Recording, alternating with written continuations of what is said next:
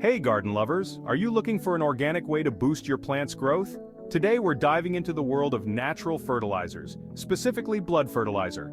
It's rich in nitrogen, which can give your plants that extra boost they need for lush, green growth.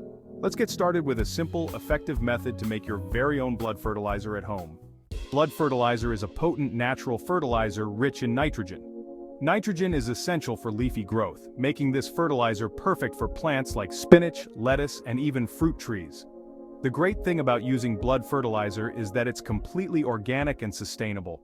Here's what you'll need to make blood fertilizer: fresh animal blood from a local butcher or meat shop, water, preferably rainwater or distilled, a large bucket or container with a lid, a stirring stick or old spoon, and optionally molasses to enhance microbial activity. Let's move on to the process of making the fertilizer. Step 1. Collect the blood. Begin by collecting the blood in a large container. Make sure the container is clean to prevent any contamination. The blood should be as fresh as possible. Step 2. Dilute the blood. Next, dilute the blood with water in a ratio of 1 part blood to 9 parts water. This will help balance the nutrient concentration, making it safer for your plants. Step 3. Stir well. Stir the mixture thoroughly to ensure that the blood and water are well combined. This helps break down the blood, making it easier for the nutrients to be absorbed by the soil. Step 4. Ferment the mixture. Cover the container with a lid and let it sit in a shaded area for 5 to 7 days. This allows the mixture to ferment, breaking down proteins and releasing more nutrients into the water.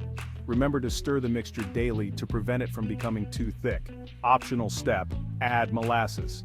To encourage beneficial microbial growth, add a small amount of molasses to the mixture before fermentation. This will speed up the breakdown process and provide additional benefits to the soil. Now that your blood fertilizer is ready, it's time to use it in your garden. Step 1. Dilute again before use. Before applying to your plants, dilute the fermented mixture with water in a 1:10 ratio. This will make sure that your plants don't get burned by the concentrated nutrients. Step 2. Apply to soil. Water your plants directly at the base, applying the diluted fertilizer around the root zone. Avoid spraying on the leaves to prevent any damage. Use once every 2 to 4 weeks for best results. Here are some important tips to keep in mind. Always wear gloves when handling the blood mixture.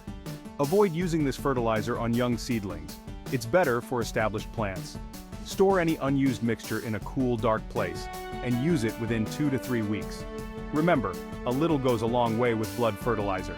Using it too often can harm your plants due to its high nitrogen content. Stick to the recommended intervals and watch your garden thrive. And that's how you make blood fertilizer at home. It's an all-natural, powerful way to give your garden the nutrients it needs. Have you tried making your own fertilizers? Let us know in the comments below. Don't forget to like, share, and subscribe for more gardening tips and tricks. Thanks for watching and happy gardening.